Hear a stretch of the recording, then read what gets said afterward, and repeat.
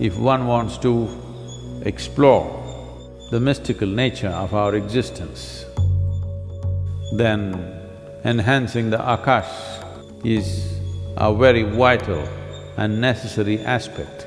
Once there is a certain amount of mastery over the five elements, one will find there is no such thing as what is inward and what is outward.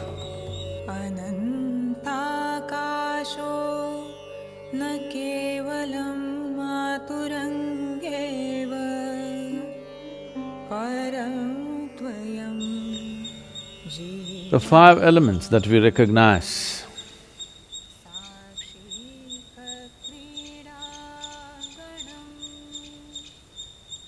as the basic ingredients of life, this elemental magic, I'm calling it elemental magic because just with five things,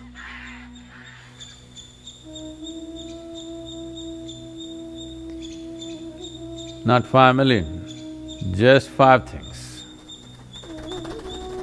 With five things, too much has been done. With five things, what is presenting itself as cosmos, what is presenting itself as life, what is presenting itself as everything that we can see, hear, smell, taste and touch, is well beyond the permutations and combinations that we can think of.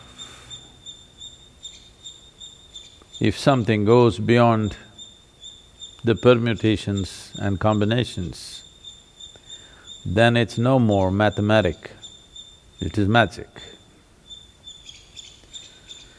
So this elemental magic, to master this elemental magic is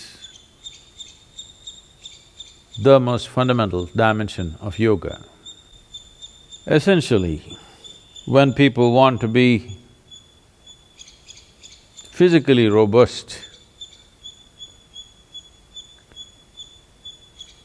then earth would be important. But for one who is on the spiritual path, one who wants to perceive, the most important thing is Akash.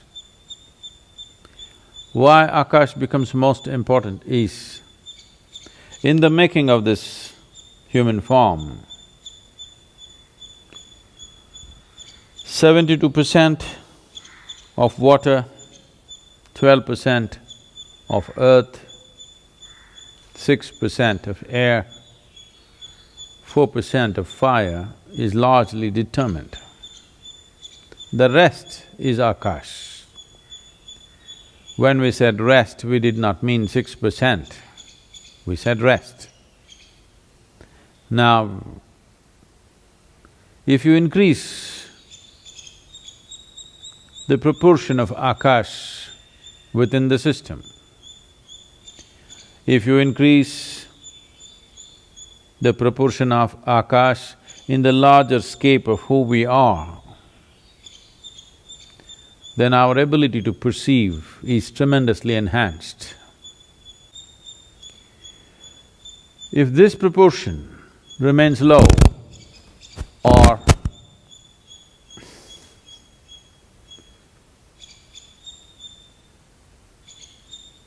Akash is at its minimal in one's making, then their ability to perceive will be very minimal.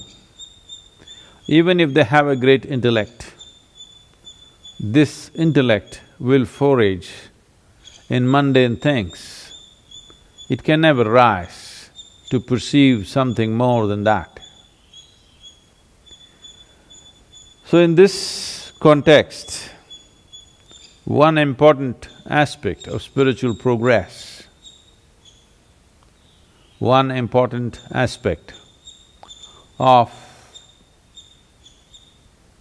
Vigyan or Vishesh Gyan, if one wants to perceive beyond five senses, if one wants to perceive that which is not physical in nature. If one wants to extend his antenna to larger dimensions of life, if one wants to explore the mystical nature of our existence, then enhancing the Akash is a very vital and necessary aspect. Akash is a boundless dimension. When the composition of Akash is enhanced, then boundlessness becomes the nature of one's being. If not boundlessness, at least a boundary that you cannot see and feel. This gives the individual person a great sense of freedom, a great sense of not being tied down to anything. This lack of bondage within oneself is an essential amount of space that one needs if they want to have some mastery over these 5 elements. This goes for human system also. To keep this system well, to keep this system in an efficient and effective mode, but not being identified with it, is a very important or the very important step one has to take if one has to have mastery over elements. Once there is a certain amount of mastery over the 5 elements, one will find there is no such thing as what is inward and what is outward, because elements don't respect your boundaries. To put it in the simplest form, as you sit here, you breathe. The air does not respect your boundary, it is constantly in and out. This is not just air, this is happening with everything. The food that you eat and whatever substance we relieve ourselves of and everything else is in constant transaction, or the elements do not respect the boundaries of your body. The boundaries of your body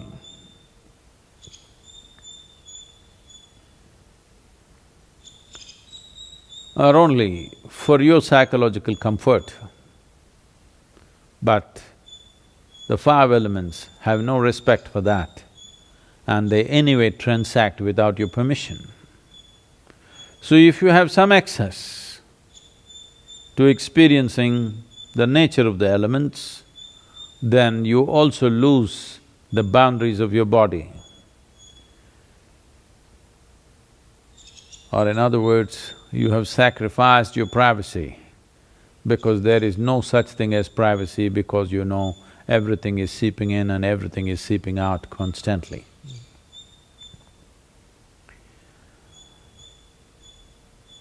When one wants to gain mastery, one of the things that are commonly done is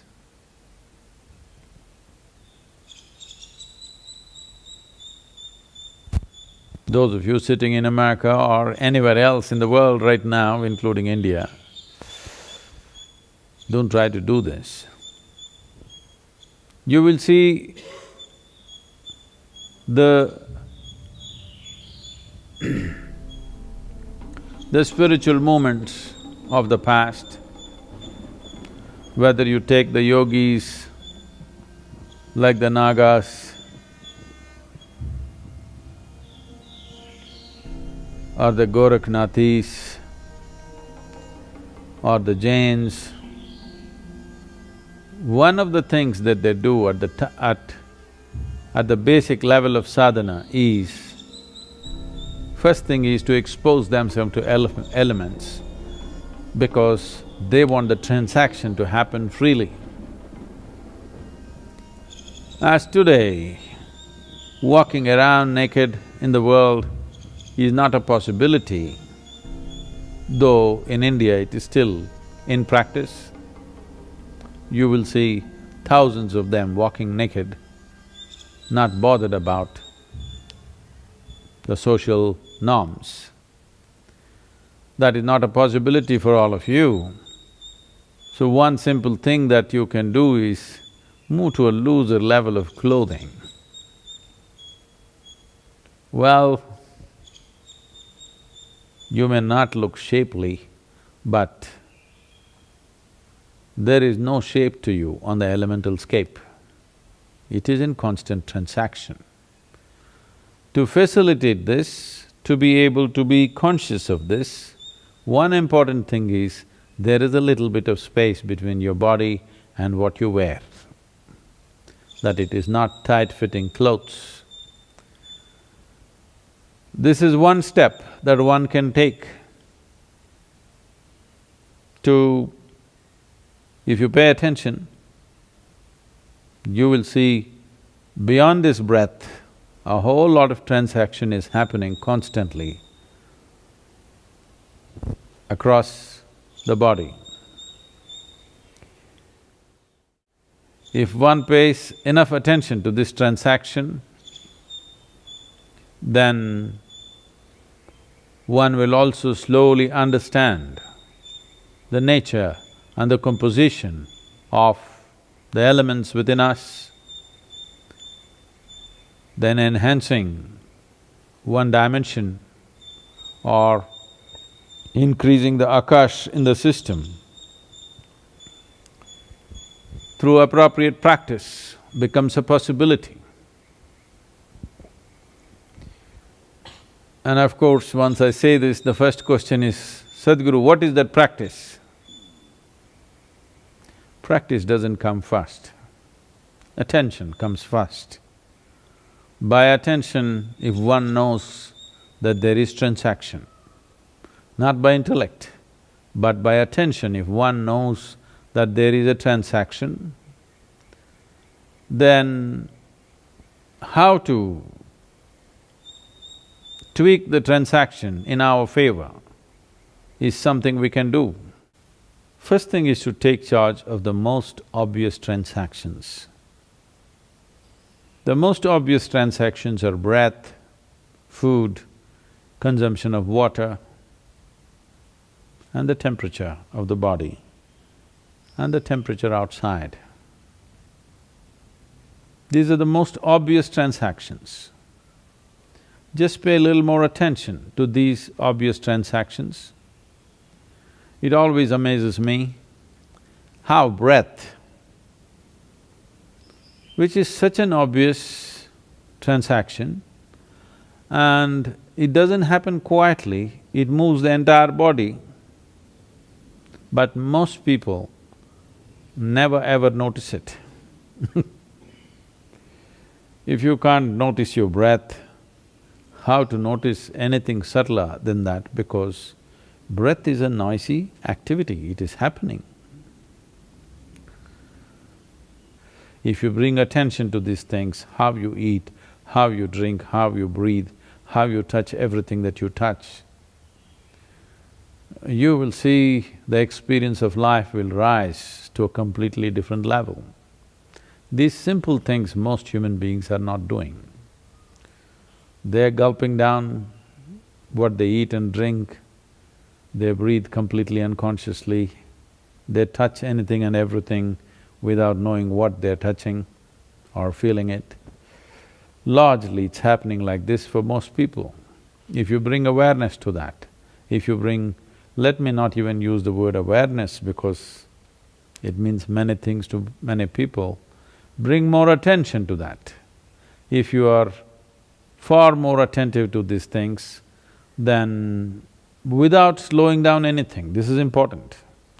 Because people think that when you're breathing, you should not be doing anything else, just you must be breathing. When you're eating, you must be eating, when you're drinking, you must be drinking. No, that is the beauty of being human, that we have a cerebral capability of conducting complex activity within us and still be able to pay attention. It is like you're driving and you can still have a conversation with somebody. So two levels of attention are happening, just like this. You could be doing whatever you're doing, but pay attention to the breath. Breath is one thing that is always happening, so you can pay attention to that. You can also pay attention to the food that you eat and water that you drink. Let it not happen all the time. So the possibility of knowing dimensions of the beyond, the possibility of dipping into the mystical nature of the existence is very much rooted in the elemental composition of who we are. Bringing about a transformation in this